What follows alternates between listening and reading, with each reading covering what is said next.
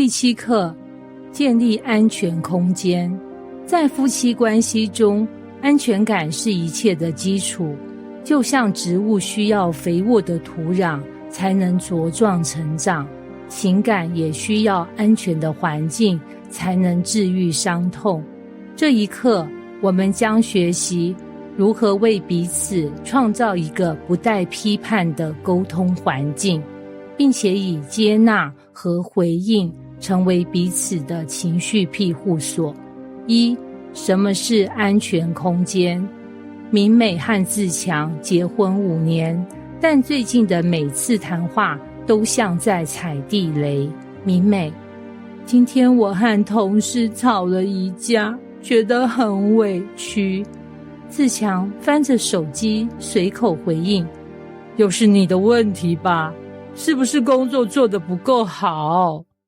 明美气急败坏：我就是想要说说我的感受，你非得这样批评我吗？自强：我只是讲实话，你不要这么敏感好不好？结果明美再也不想对自强敞开心扉，而自强则觉得明美无理取闹，两人沟通陷入恶性循环。这段婚姻缺少的就是一个安全空间。安全空间的核心特征是无批判，不急于评价对方的感受或言语，接纳，允许对方自由表达情绪，而不害怕被否定，支持，提供理解和共情，而不是急于解决问题。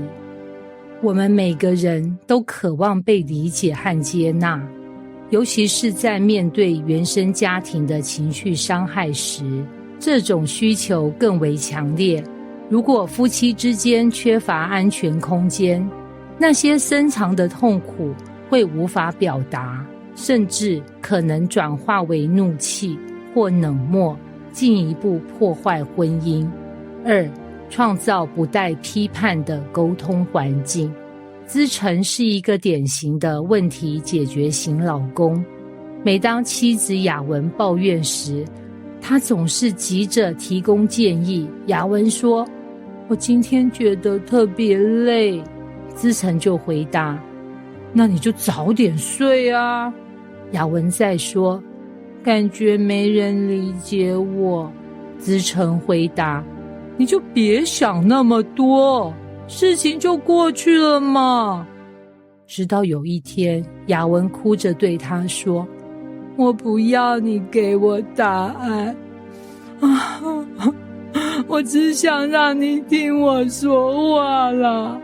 资诚才明白自己一直用批判的态度拆散了雅文的情绪表达。要怎么做到不批判呢？暂停评价，对方说话时先忍住评论或建议，专心聆听。接纳情绪，即使对方的感受看似小题大做，也要尊重，因为那是真实的。避免淡字，比如我懂你的感受，但你是不是太情绪化了？这会让对方觉得被否定。当妻子说：我今天被上司骂了，觉得自己特别无能，批判式的回答会说：你就做得更好不就行了？而接纳式的回答会说：我能感受到你的挫败感，这一定让你很难过吧？记住，在沟通中多一份接纳，就多一份安全感。对配偶情绪的接纳与回应。英雄和诗婷的关系因为一场吵架而改变。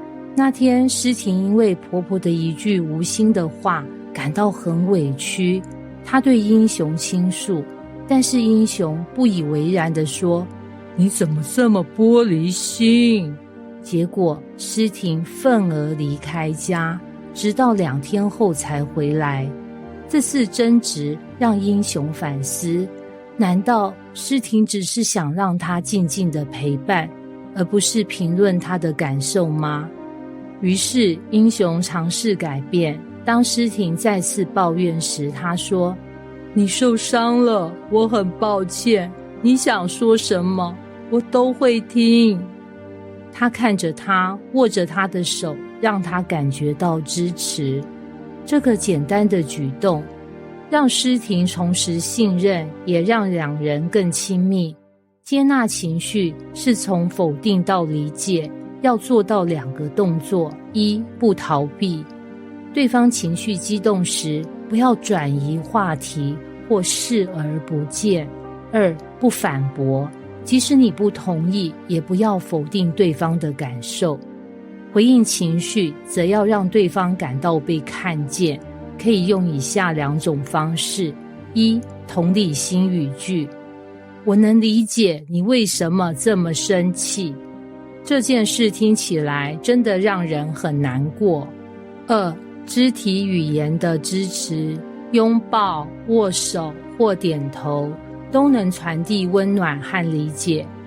情绪回应的公式就是描述情绪加表达理解加提供支持。你感到……因为……我可以为你做什么？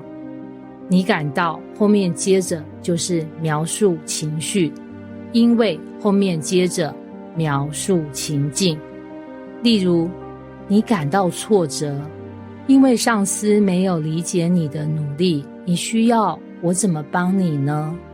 结语：夫妻关系是一个情感的避风港，而安全空间正是这个避风港的基石。